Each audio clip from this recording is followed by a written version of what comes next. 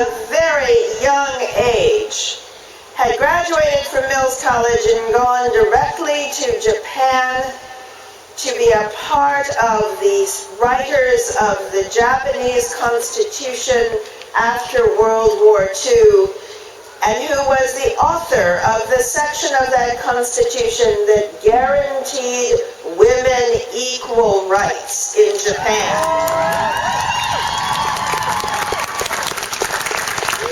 And for me, the notion that I would leave my presidency never having heard her speak to Mills women about her experience. I must admit this was a little bit selfish on my part because I wanted her to speak on this 20th anniversary for me, but I also know that you, the many members of this class, wanted to hear from this extraordinary woman as well. She is a member of the class of 1943.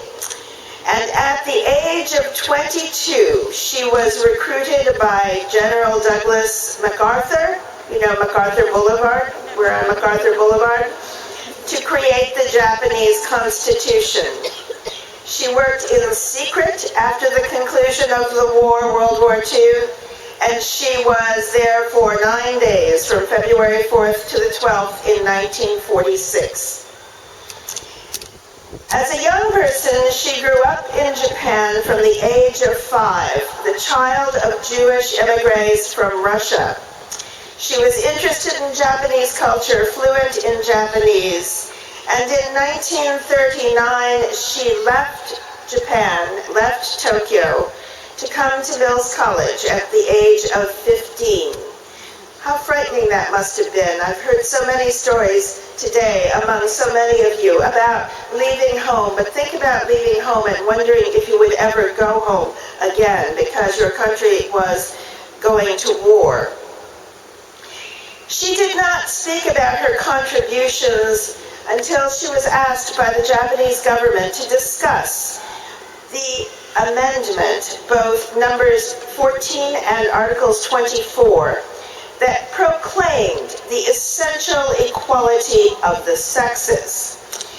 And her work has inspired so many amazing tributes, including a documentary film, The Gift from Beate, and her own memoir, The Only Woman in the Room. She is a performing arts director for the Japan Society and the Asia Society. She has continued throughout her wonderful life to bring connections between Asia and the United States and Europe and the rest of the world. She currently lives in New York City and she lectures frequently at schools, universities, and other institutions. We are going to hear from Dr. Beate Sirota Gordon, Mills woman, Mills honorary degree recipient. And I want to say that although we're not bestowing an honorary degree on Beate today, like May, I think it is time for Beate to have a Pearl M. And so I will be the president to bestow a Pearl M on Beate Sirota Gordon.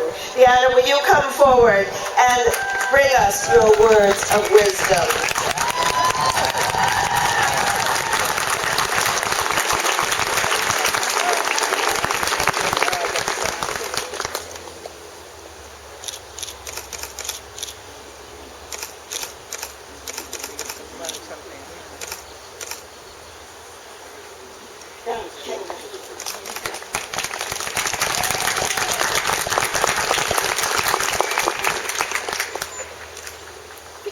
President Holmgren,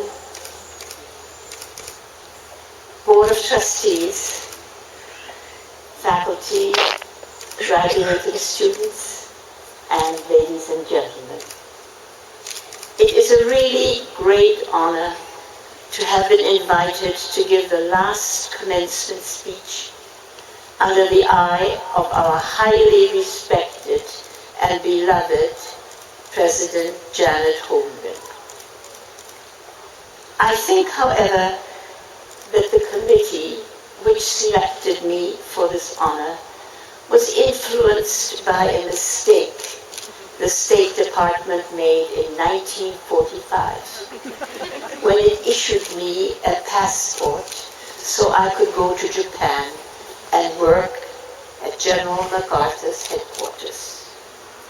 In the State Department application, there was a form that had a blank entitled Occupation.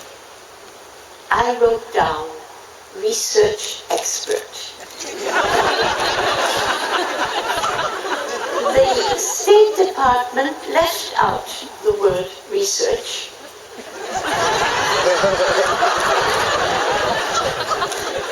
And I ended up with my occupation listed as expert.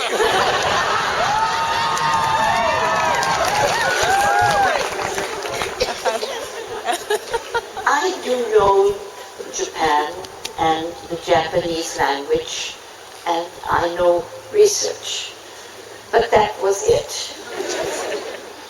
I stand before you now as a Mills College graduate, class of 1943. As a mother and a grandmother, as the first civilian woman to work in the occupation of Japan, and as the writer of the Women's Civil Rights Clause in the new Japanese Constitution.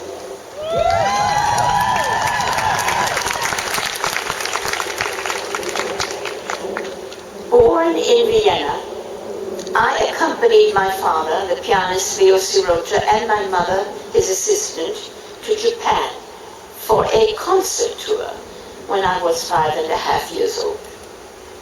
When the Imperial Academy asked him to teach there, my father, at my mother's insistence, never signed a contract for longer than a year because she wanted the option of returning to Vienna. My father did as she had asked and signed a year's contract 17 times. And so I grew up in Japan, and when ready for college, applied to Mills. First, because it was a women's college. Secondly, because by location, it was the nearest college to Japan. And thirdly, because it was one of the few U.S. colleges known in Japan. I was not yet 16 when I arrived at Mills Hall in 1939. And the culture shock was strong. We had to wear formal evening clothes for the first night dinner of the fall semester. The silk evening dress I thought appropriate was wrinkled, and I didn't know how to iron, having only ironed my doll's dresses in Japan. When I went into the laundry room and put my dress on the ironing board, I saw that the skirt was all in pleats, and I had no idea how to iron pleats. I started to cry when an upperclassman walked by and asked why I was crying. When I explained my dilemma, she offered to iron the dress for me if I promised to lend her my iron during the coming semester, because she didn't have one. I was delighted by this excellent exchange and promised myself never to buy a pleated dress again. I also did not know how to make a bed or do laundry. In Japan, we had servants who did all this, But my classmates in Mills Hall were helpful, and I soon learned the strange American ways. Aurelia Henry Reinhardt was the president of the college at that time, and she encouraged us to study hard for a career, so we would be able to compete on an equal basis with men.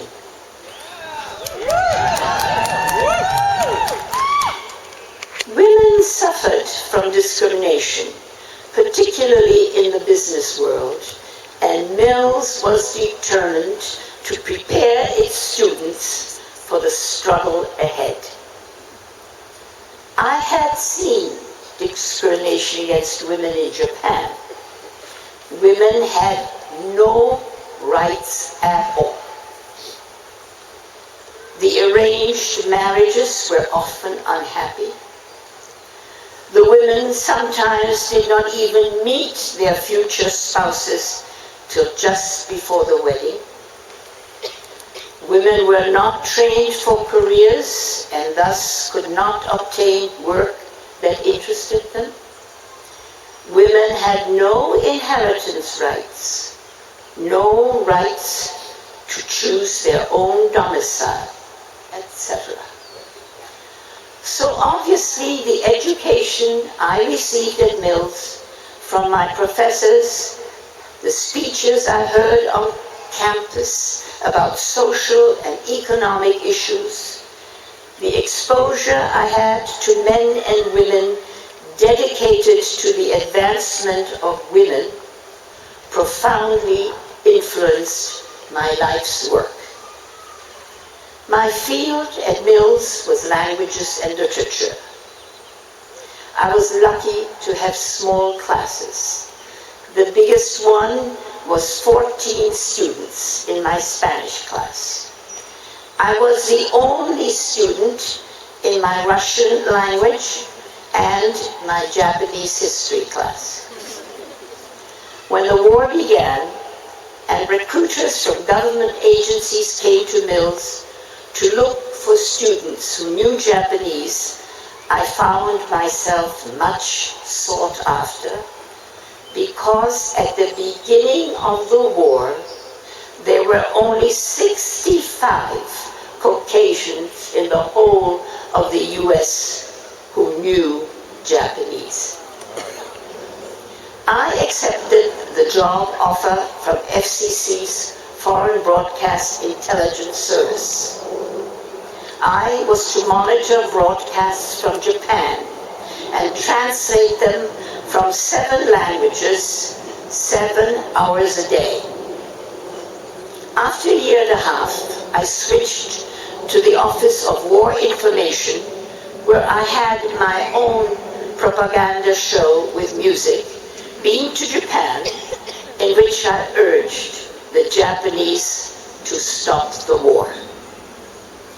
While working, I was enabled to finish college by President Reinhardt, who felt that my war effort deserved help from the college.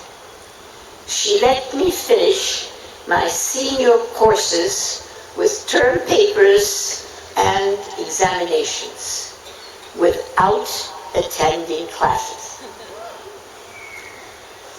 In 1945, towards the end of the war, I moved to New York City and worked as a researcher on Japan at Time magazine, and in December 1945, I got a job as a member of General MacArthur's staff in Tokyo. I was 22 years old, and on a snowy February day in 1946, when I came to my office in the government section of General Headquarters, General Courtney Whitney, General MacArthur's favorite advisor, announced the following at a top secret meeting in his office. By order of General MacArthur, you are now a constituent assembly, and you will write the new democratic constitution of Japan, and you shall write it in 7 days. The 20 men and women in attendance were stunned, especially since we knew that MacArthur had asked the Japanese government officials to write a new democratic constitution, which they were apparently incapable of doing. For a moment, there was silence. Then we rushed to our desks and waited for Colonel Charles Cadies, Deputy Chief of Staff, to give us our assignments. I was a member of the Political Affairs Division made up of Colonel Roost, a former anthropology professor, Dr. Emerson Wiles, a professor of Japanese history, and me, Beate Sirota. We were assigned to write the chapter on the rights of the people. Colonel Roos said, "We can't write this chapter as a committee. We have only 7 days. We must divide the work."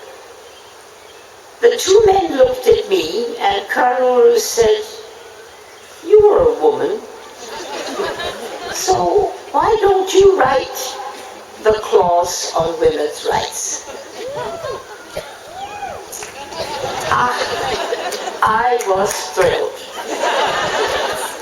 And having been well trained in research at Mills, I immediately left the office, got into a jeep to go find some libraries in bombed-out Tokyo so I could borrow the constitutions of other countries to serve as samples from which I could take inspiration.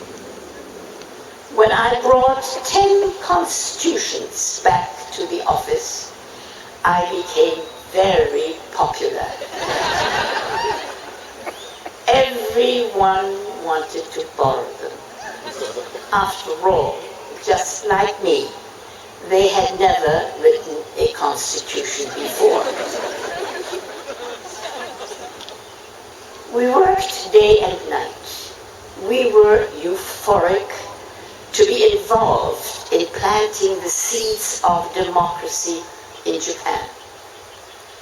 When I presented my women's rights draft to the steering committee, the chairman, Colonel Cadies, read it and said, "Beate, you have given more rights to the Japanese women than are in the US Constitution."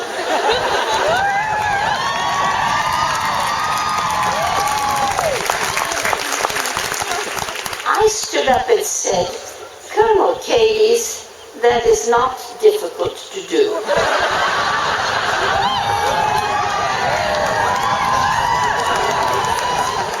Not difficult to do, since the US Constitution does not have the word woman in the Constitution at all. Colonel Cadies also said that all the welfare clauses I had written, the social welfare clauses, did not belong in a constitution, but in the civil code. I replied that the bureaucratic Japanese men who would write the civil code would never put in social welfare clauses unless they had already been included in the Constitution itself. I cried, this time about a more important item than ironing. That's the first time I cried. Realizing I would have to reconcile myself to the fact that the committee would only consider the fundamental rights I had written as suitable for the Japanese Constitution. And so, regretfully, I saw my draft reduced. But nevertheless, it revolutionized the status of women in Japan because it guaranteed women's civil rights based on the equality of men and women.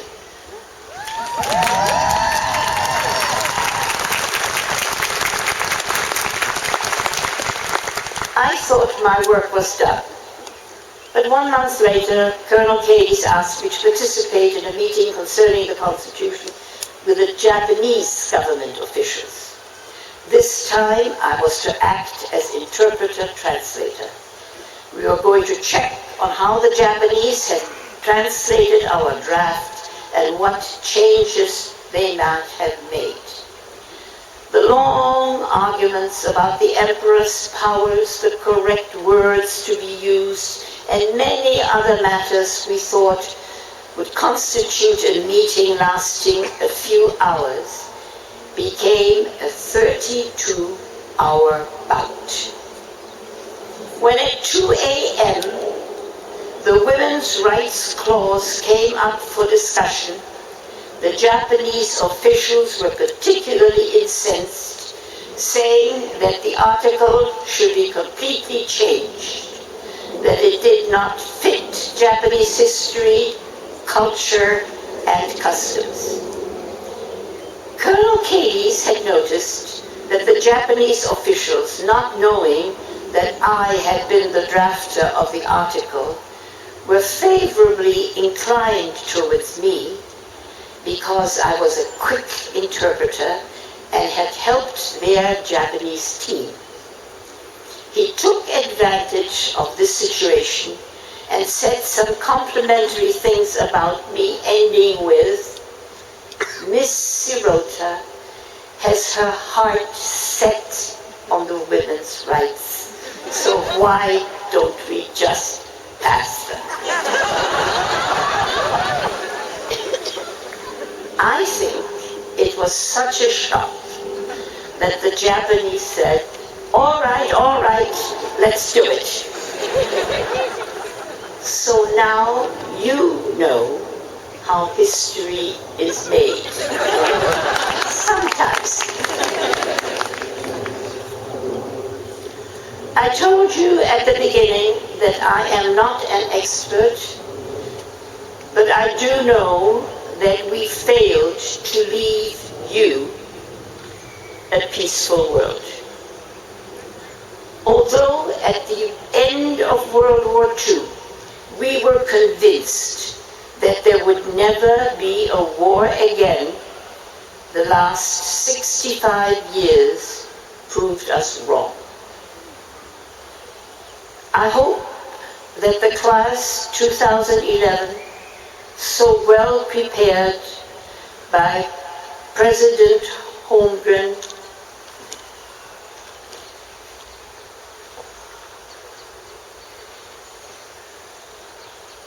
with not only her dynamic ideas, but with her emphasis on multiculturalism, her efforts to advance women's leadership, and all the many other advantages she has given you at Mills. I hope this will inspire you to create a peaceful world where all can live in harmony.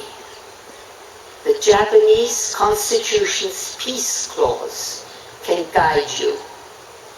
It abolishes belligerency towards other countries. Only defense of its own country is permitted. You are well educated and devoted Mills graduates.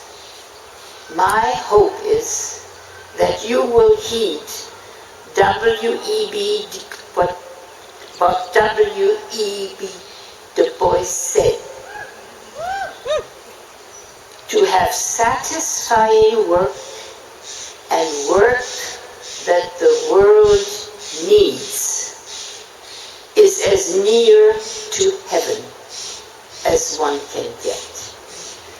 And this is what I wish for you, the class of 2011 from the bottom of my heart.